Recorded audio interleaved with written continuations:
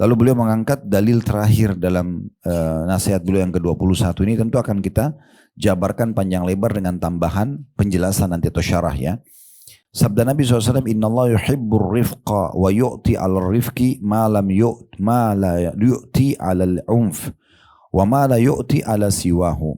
Sesungguhnya Allah mencintai pergaulan yang baik, dalam kurung keramah tamahan, kesantunan, kesopanan ya. Allah mencintai itu. Dan dianya besar kata ganti Allah, memberikan kepada pergaulan yang baik atau keramah tamahan apa yang tidak diberikannya kepada kekerasan. Dan apa yang tidak diberikan kepada selainnya. Maksudnya efeknya. Tidak ada efek yang didatangkan oleh kelemah lembutan kecuali baik. Pasti baik. Gak mungkin. Mau orang lagi emosi di depan kita ataupun orang sedang tidak emosi di depan kita, semuanya kelemah lembutan itu akan sangat bermanfaat. Baik, ini adalah penyampaian disampaikan oleh penulis Hafizahullah Dr. Muhammad Saleh Munajjid, dan kita akan coba lebih jauh untuk membahas tentang masalah tambahan informasi. Ada sebuah tulisan yang menarik yang ditulis oleh Syekh Abdul Muhsin bin Hamd Al-Abbad Al-Badr. Ini salah satu ulama sepuh sekali. Dari kami masih mahasiswa mengajar hadis, kitab hadis Sunan An-Nasa'i di Masjid Nabawi, dan sampai hari ini beliau masih ngajar. Anak beliau, Profesor Dr. Abdul Razak Al-Abbad Al-Badr, hafizahullah, terkenal sekali juga sebagai ulamanya muslimin. Ya. Nah, beliau menulis satu buku atau tulisan menarik tentang masalah kasih sayang dan lemah lembut dalam bermuamalah.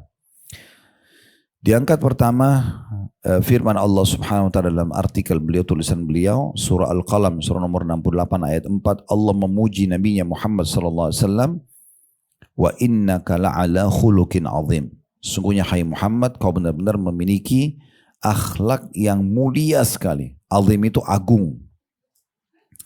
Kenapa Nabi SAW dipuji oleh Allah Subhanahu wa taala? Apakah ini hanya pujian karena Allah memilihnya sebagai nabi? Jawabannya bukan. Karena memang di dalam diri ya, bukan cuma itu, walaupun itu salah satunya. Tetapi di sini memang dalam jiwa Nabi Muhammad SAW, beliau lebih suka kelemah lembutan daripada kekasaran.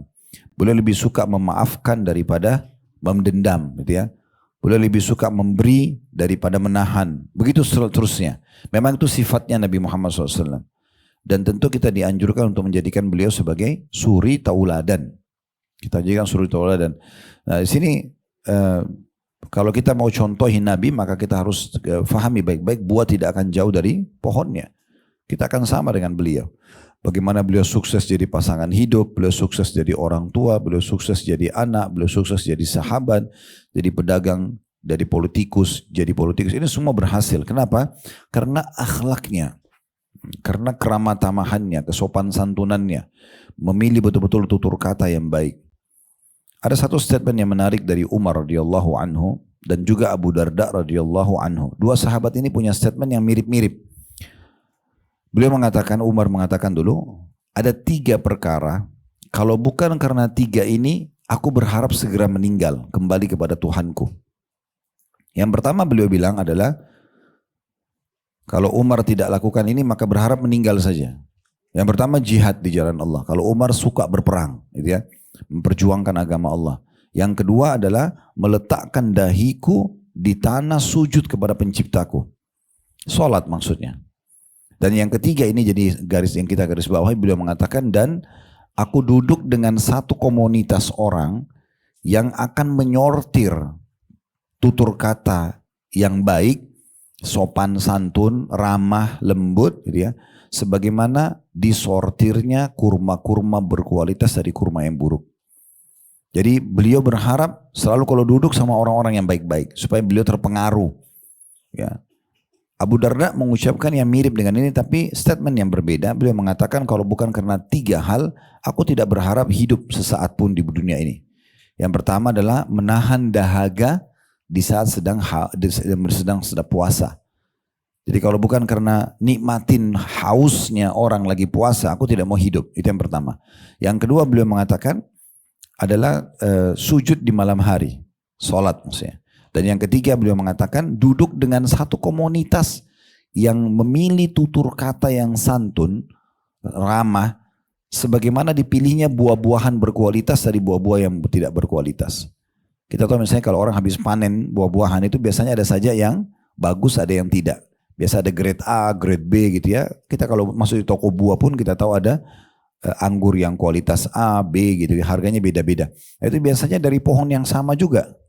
Tetapi kuasa Allah SWT beda.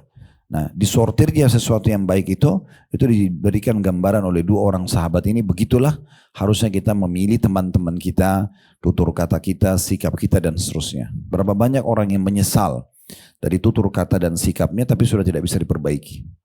Ya, jangan sampai misalnya kita bergaul dengan si A dan si B, si A bisa maafin kita, si B yang lalu kita berharap juga sama seperti si A. Belum tentu. Si C mungkin lebih parah lagi, mungkin bahkan sudah memutus kontak sama kita sama sekali hanya karena akhlak kita yang buruk. Berapa banyak orang yang menyesal tapi sudah tidak bisa diperbaikin. Di dalam firman Allah yang lain, masih Syekh Abdul Muhsin hafidhahullah mengangkat di artikel beliau surah Al-Imran, surah nomor 3 ayat 159, yaitu firman Allah, fabima rahmatin minallahi linta lahum walau kunta faddan ghalidhal qalbi lam faddu min hawlik. Firman Allah ini menyebutkan tentang sifat Nabi SAW dan sekaligus mengingatkan kita, kalau mau orang selalu dekat dengan kita, selalu bersahabat dengan kita, maka harus diperhatikan ayat ini. Artinya kata Allah SWT kepada Nabi Muhammad SAW, dengan sebab rahmat Allah kamu berlaku lemah lembut terhadap mereka.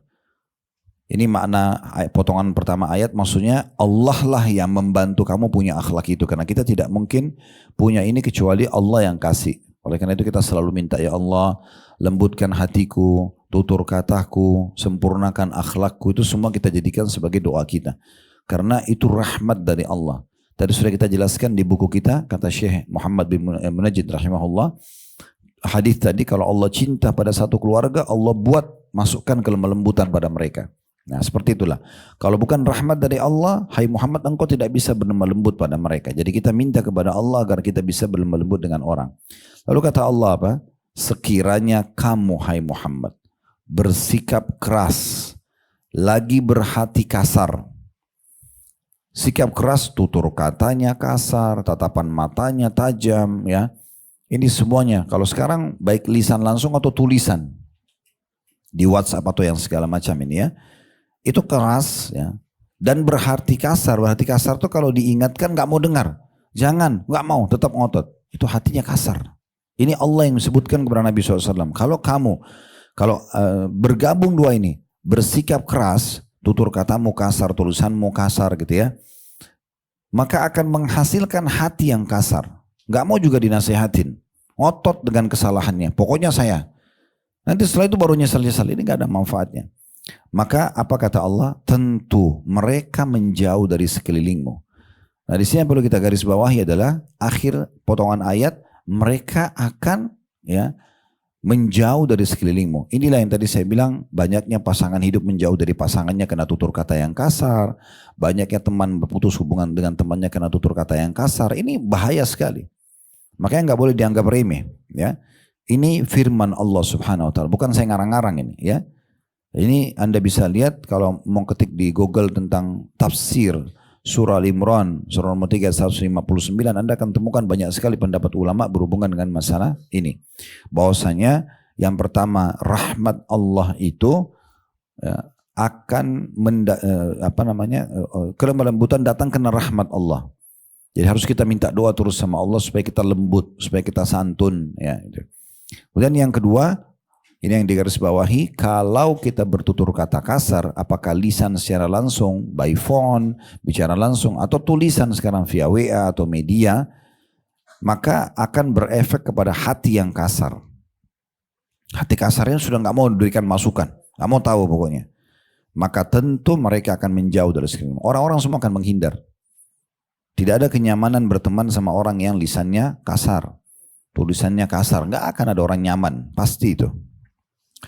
Ini dalil yang kedua diangkat oleh Syekh Abdul Muhsin hafidhahullah. Kemudian beliau juga mengangkat firman Allah SWT surah At-Taubah surah nomor 9 ayat 128. At-Taubah 128 ini berbunyi laqad ja'akum rasulun min anfusikum azizun 'alaihi ma 'anittum harisun 'alaikum bil mu'minina raufur rahim. Sesungguhnya telah datang kepadamu seorang rasul, wahai semua manusia, wahai kaum muslimin, maksudnya Nabi Muhammad sallallahu alaihi wasallam.